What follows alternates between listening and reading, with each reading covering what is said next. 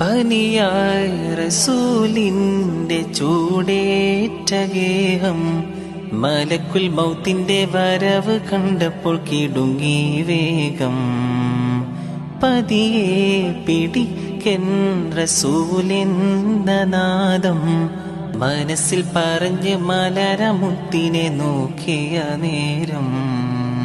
ഉലയാത്ത ഉമറും ഉടയുന്ന കണ്ടു, ഉടലായ മകളും ഉരുവുന്ന കണ്ടു.